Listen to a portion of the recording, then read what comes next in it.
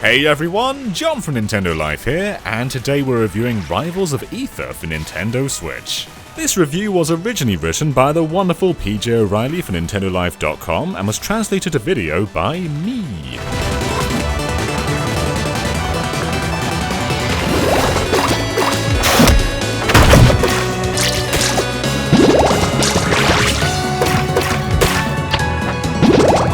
After diving into the unmitigated disaster that was Bounty Battle just recently, we can't say we were particularly enamored by the idea of slogging our way through yet another indie-style Smash Bros. Fighter. However, Rivals of Aether is about as far removed from that mess as humanly possible within the confines of the genre. Here is a carefully crafted, deep, and addictive 16-bit platform fighter that takes the base influence on Nintendo's brawling behemoth and runs off in its own direction, resulting in a brawler that cuts away a lot of the faff and theatre and gets down to some surprisingly hardcore and competitive business.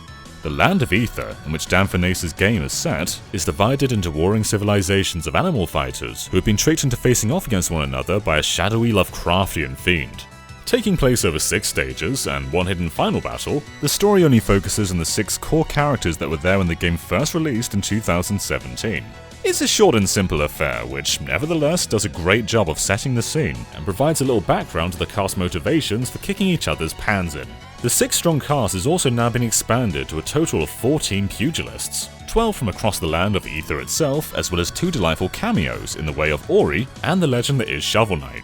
Yeah, a Shovel Knight cameo! Can you believe it? There may not be a roster of several thousand instantly recognizable characters to choose from then, but the 14 furries on offer here are a well-designed and diverse bunch, each with their own unique elemental attacks and specials which can be used not only to punish opponents, but also to cleverly affect the arena in which you're fighting.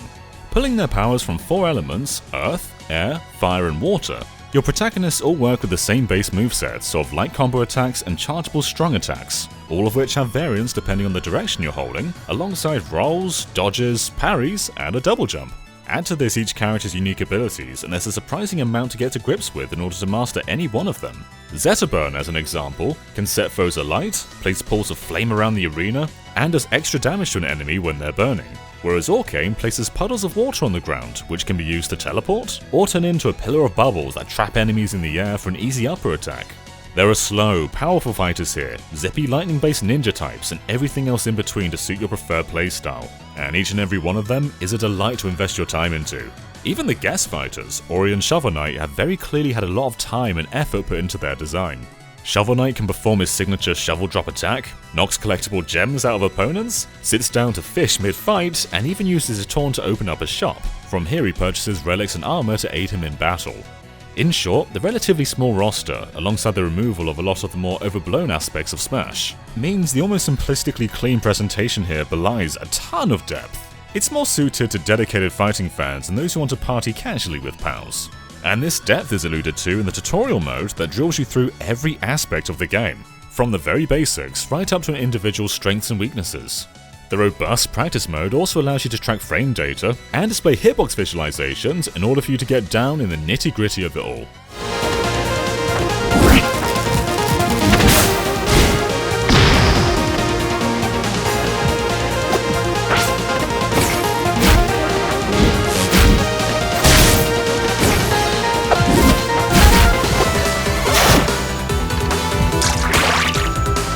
While Rivals of Aether absolutely and unashamedly borrows its core fundamentals from Smash Bros., you'll still battle it out 1v1, 2v2, 4-player free-for-all. You'll still raise their damage percentage, and then punt them off the screen for a KO. But there's a surprisingly different feel, owing to what the game has very cleverly cut away from and added to the Smash setup. Now, in terms of content, the Switch port is unfortunately missing the never-ending conveyor belt of fun that's pumped out via the Steam Workshop on PC, with players there having an unending parade of new characters and stages created by dedicated fans to delve into. It's a real shame to be missing out on this standout aspect of things, even if it is understandable from a technical view. However, there's still a reasonably meaty suite of modes here for Switch players. With Rivals of Aether's story, bolstered by versus matches we can face off against the CPU, there's an endless abyss mode, and a surprisingly fun tetherball diversion.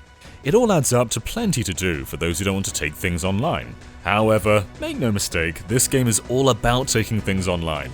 And it's here that this Switch version currently comes a bit cropper at this moment in time. where Rivals of Aether performs absolutely flawlessly in both docked and handheld modes, looking crisp and clear with a smooth 60 FPS at all times when playing solo or against friends locally, the online element of things at the moment is a bit of a mess.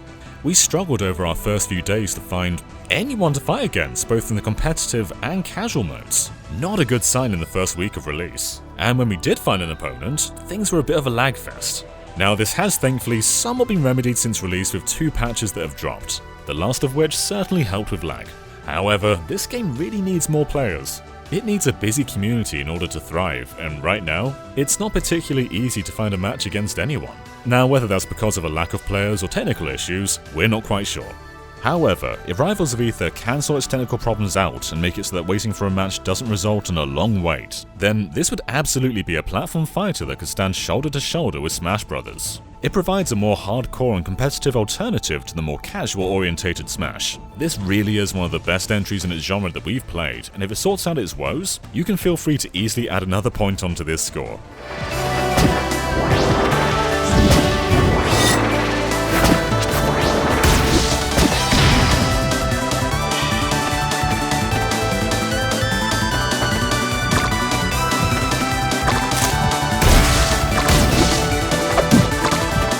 Rivals of Aether is a deep and addictive platform fighter that borrows its base concepts from Smash Bros. And then runs off in its own direction, resulting in a surprisingly complex indie alternative to Nintendo's brawling behemoth. There's a fantastic roster of characters here, each with their own special moves and unique abilities to dig into, every one of which is wonderfully animated in the game's crisp and clean 16-bit graphical art style. Solo and local party play are well served with a bevy of fun and flexible modes for up to 4 players. And if the developers can get online in order, this would all amount to a game that can stand shoulder to shoulder with Smash or any platform fighter that we've played on Switch thus far. We here at Nintendo Life give Rivals of Aether an 8 out of 10.